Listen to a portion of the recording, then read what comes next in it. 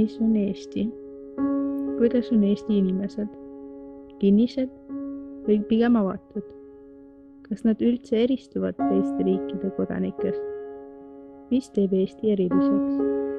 Kas fakt, et see on lihtsalt meie riik, teebki Eesti meie jaoks eriliseks? Igaüks näeb midagi erinevat. Mõned inimesed on patriootlikud, mõned mitte. Ja see on täiesti normaalne. Aga mis see on, mis ühendab meid kõiki? Kas need on laulupeod, vabariigi aastapäevad, paraadid, ajalugu, uhkuse tunne eestlane olemisest? Või on see hoopis midagi teistsugust? Iga inimese jaoks midagi muud? Kas riik on üldse kallis kõikidele kodanikele?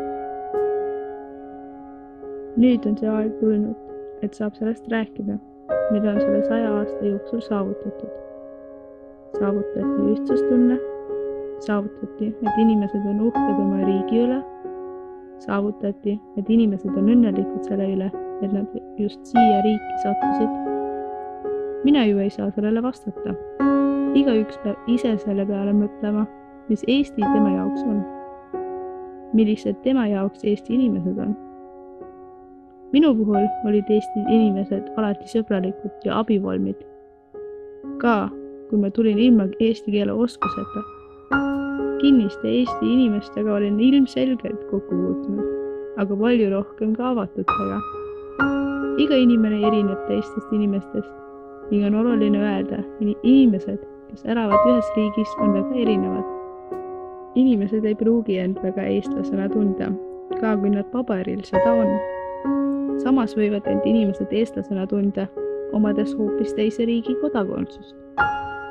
Riigis on oluline, et iga inimene tunneb, et ta oleks ühiskonnast teretulnud.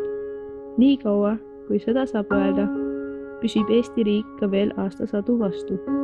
Kuidas Eesti riik 100 aasta pärast välja näeb, ei saagi ette kujutada.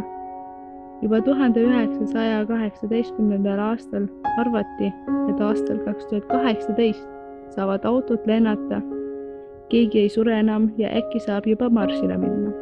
Terve maa areneb väga kiiresti, aga kui riik on avatud uutele mõtlemisviisidele, siis saab ka 100 aasta pärast öelda, palju õnne juubeli puhul Eesti!